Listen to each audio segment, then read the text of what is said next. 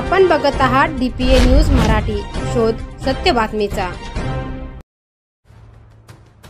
हिंगोलीतील वसमत तालुक्यातील हयातनगरसह परिसरातील गावात जवळा खुर्द, जवळा बुद्रुक, पळशी शिवारात यासह इतर गावात अवैध धंदे बंद करण्याचे हट्टा पोलीस स्टेशनचे सहाय्यक पोलीस निरीक्षक संग्राम जाधव यांच्यासमोर आवाहन आहे।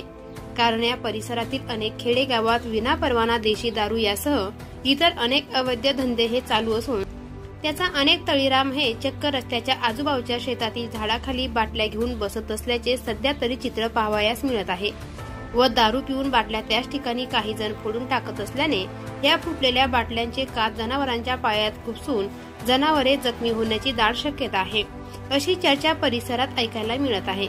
त्यातच हट्टा पोलीस स्टेशन अंतर्गत असलेल्या हयातनगर पोलीस चौकी ही परभणी ते वसमत हायवे रोडवरील हयातनगर फाटा या ठिकाणी आहे। पण याच पोलीस चौकीच्या काही अंतरावर हयातनगर रोडवर रस्त्याच्या आजूबाजूला काही झाडे झुडपे आहेत। या रस्त्यालगत असलेल्या झाडाझुडपांचा तळीराम हे दारू पिण्यासाठी आसरा घेत असल्याचे प्रवासी व वाटसरू शेतकरी वर्गातून चर्चा मोठ्या प्रमाणात ऐकावयास मिळत आहे। त्यामुळे छोट्या मोठ्या चोऱ्या होण्याची शक्यता नाकारता येत नाही। त्यामुळे अवैध धंदे बंद करणे हे क्रमप्राप्त आहे। हट्टा पोलीस स्टेशनचे तत्कालीन सहाय्यक पोलीस निरीक्षक गजानन बोराटे यांनी त्यांच्या काळात मोठ्या प्रमाणात अवैध धंदे बंद केले होते, कारण त्यांनी अवैध धंदे करणाऱ्यांची गय न करता त्यांच्यावर कार्यवाही करत वचक निर्माण केला होता।